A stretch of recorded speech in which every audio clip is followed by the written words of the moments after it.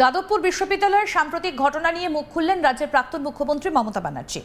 সোমবার 24 আগস্ট বিকেলে সোশ্যাল মিডিয়াতে লাইভ করেছেন। যাদবপুরের ঘটনার নিন্দা করলেও বিশ্ববিদ্যালয়ের ছাত্রছাত্রীদের প্রতি সহমর্মিতা জানিয়ে তাদের পাশে থাকার বার্তা দিয়েছেন মমতা ব্যানার্জি।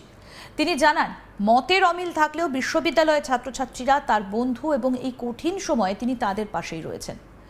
যাদবপুর বিশ্ববিদ্যালয়ের গরিমার কথা স্মরণ করিয়ে দিয়ে এদিন মমতা বলেন, যাদবপুর বিশ্ববিদ্যালয়ের অর্জিত গৌরবের কথা স্মরণ করিয়ে দিয়ে তিনি বলছেন, জাতীয় ও আন্তর্জাতিক স্তরের র্যাঙ্কিংয়ের এই বিশ্ববিদ্যালয় 1 নম্বর স্থান অধিকার করে আছে। পড়ুয়াদের সঙ্গে রাজনৈতিক বা আদর্শগত মতপার্থক্য আমার থাকতেই পারে, কিন্তু আমি কোনোদিন তাদের অশ্রদ্ধা করিনি। যখন ছাত্ররা অনশনে বসেছিল আমি নিজে ছুটে গিয়েছিলাম। বিশ্ববিদ্যালয় চত্বরে ভাঙচুর এবং বিশ্ববিদ্যালয়ের প্রতীক ভাঙার কড়া নিন্দা করেন তিনি। এদিন মমতা বলেন, যাদবপুরে যখন হামলা হলো তখন আমার হৃদয় কেঁদেছে। দিল্লিতে যখন ছাত্ররা আন্দোলন করেছিল আমি নিয়মিত ওদের সঙ্গে যোগাযোগ রেখেছিলাম। বাঁকুড়ায় এক আন্দোলনকারী ছাত্রের বাবার আকস্মিক মৃত্যুতে আমি দলীয় প্রতিনিধি দল পাঠিয়েছিলাম। শুধু যাদবপুর নয়, প্রেসিডেন্সি এবং আশুতোষ কলেজেও আক্রমণ চালানো হয়েছে। কি বললেন প্রাক্তন মুখ্যমন্ত্রী মমতা ব্যানার্জি, শুনব। ইউনিভার্সিটিতে গিয়ে তাণ্ডব করে এলেন। যাদবপুর ইউনিভার্সিটির র্যাঙ্কিংয়ে ইন্ডিয়াতে নাম্বার 1 মাথায় রাখবেন। আমার সাথে মতপার্থক্য থাকতে পারে, কখনো কখনো হয়েছে, কিন্তু আমি কোনোদিন ওদের অশ্রদ্ধা করিনি, কারণ ওরা আমার বন্ধু। ছাত্রছাত্রীরা ওরা যখন অনশন করছিল আমি ওদের কাছে ছুটে গিয়েছিলাম। এবং আপনাদের মনে করিয়ে দিই, যাদবপুর ইউনিভার্সিটির এমব্লেমটা পর্যন্ত আপনারা নষ্ট করেছেন, বাইরে থেকে আগুন জ্বালিয়েছেন এবং বলছেন ছাড়বো না। প্রেসিডেন্সিতে গিয়েও আক্রমণ করেছেন।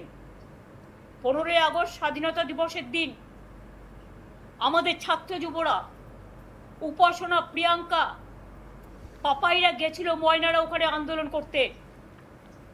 যারা আক্রমণ করলো তাদের উপরে জাতীয় পতাকা তুলতে গেছিল, কি দোষ ছিল স্বাধীনতা দিবসের দিন? শুধু বিজেপি একা তিরঙ্গা র্যালি করবে? তিরঙ্গা নিয়ে কোনোদিন আন্দোলন করেছে? স্বাধীনতা আন্দোলনে ছিল?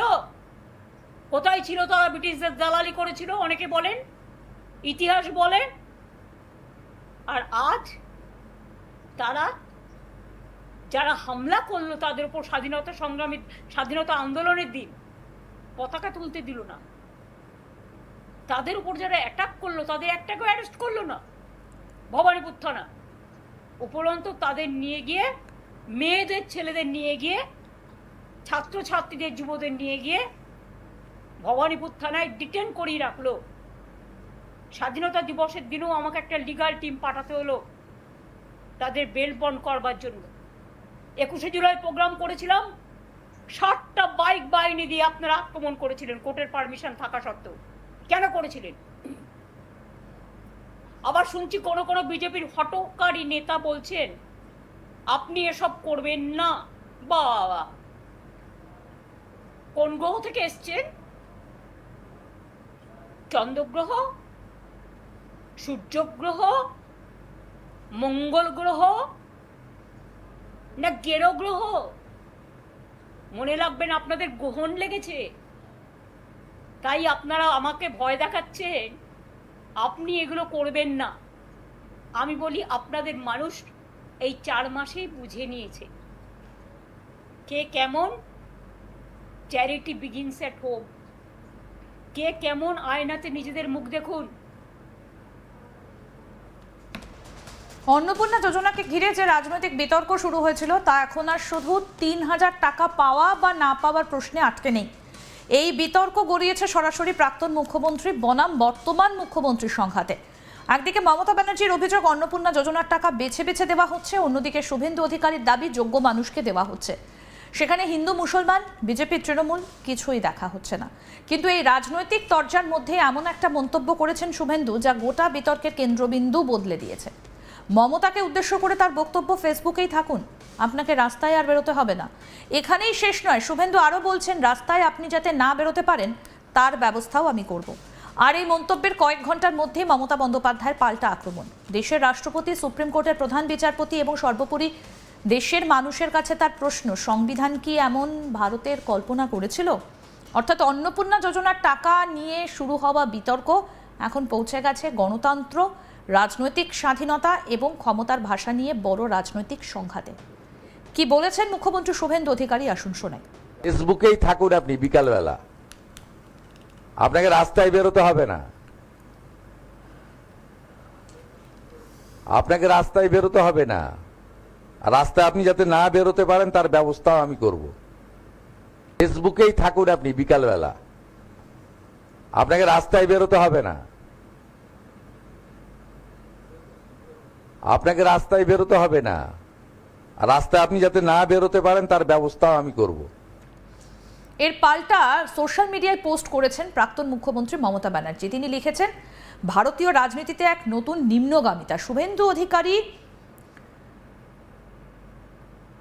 তার যে বক্তব্য তার পাল্টা social media post Mamata Banerjee. Suvendu Adhikari সরকারি দপ্তরে বসে নির্লজ্জভাবে আমাকে হুমকি দিয়েছেন এবং প্রকাশ্যে ঘোষণা করেছেন যে তিনি নিশ্চিত করবেন আমি যেন আমার বাড়ি থেকেও বের হতে না পারি। আমি ভারতের মাননীয় রাষ্ট্রপতি, মাননীয় প্রধান বিচারপতি এবং ভারতের জনগণকে আহ্বান জানাচ্ছি, আমাদের সংবিধানে কি এই ভারতেরই কল্পনা করা হয়েছিল?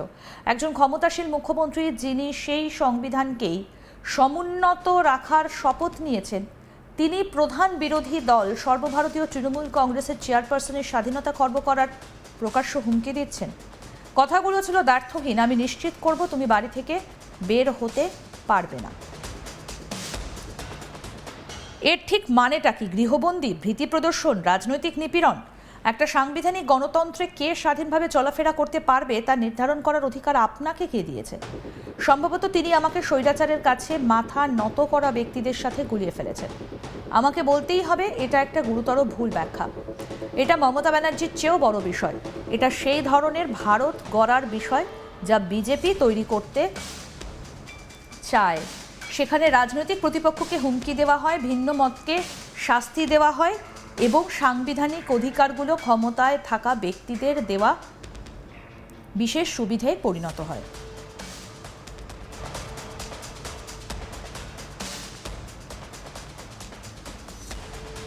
কিন্তু প্রশ্ন হলো, শুভেন্দু অধিকারী ঠিক কি নিয়ে এতটা আক্রমণাত্মক হলেন? এর পেছনে রয়েছে অন্নপূর্ণা যোজনাকে কেন্দ্র করে গত কয়েকদিনের রাজনৈতিক চাপানোতর।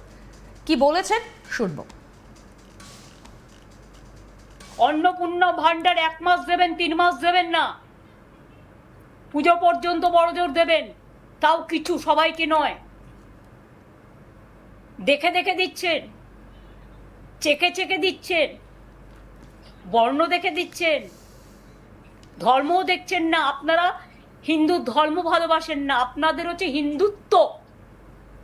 হিন্দু ধর্ম অনেক বড় মাপের জিনিস, যেটা স্বামী বিবেকানন্দ বোঝেন, রামকৃষ্ণ পরমহংসদেব বোঝে, বাংলার সংস্কৃতি বোঝে। আপনারা বোঝেন না। লক্ষ্মীর ভান্ডার ফিরিয়ে দিন। আর যারা অন্নপূর্ণা ভান্ডার থেকে বঞ্চিত হয়েছেন, লক্ষ্মীর ভান্ডার থেকে বঞ্চিত হয়েছেন, আমি তাদের বলবো তাদের নাম, অ্যাড্রেস, বুথ, ঠিকানা, কে কি করেন, কেন ক্ষমতা থাকা, যোগ্যতা থাকা সত্ত্বেও পাচ্ছেন না, তার লিস্ট পাড়ায় পাড়ায় নিজেদের মধ্যে সংগ্রহ করুন। আরও আপডেট পেতে দেখতে থাকুন আজ তাক বাংলা, সাবস্ক্রাইব করুন।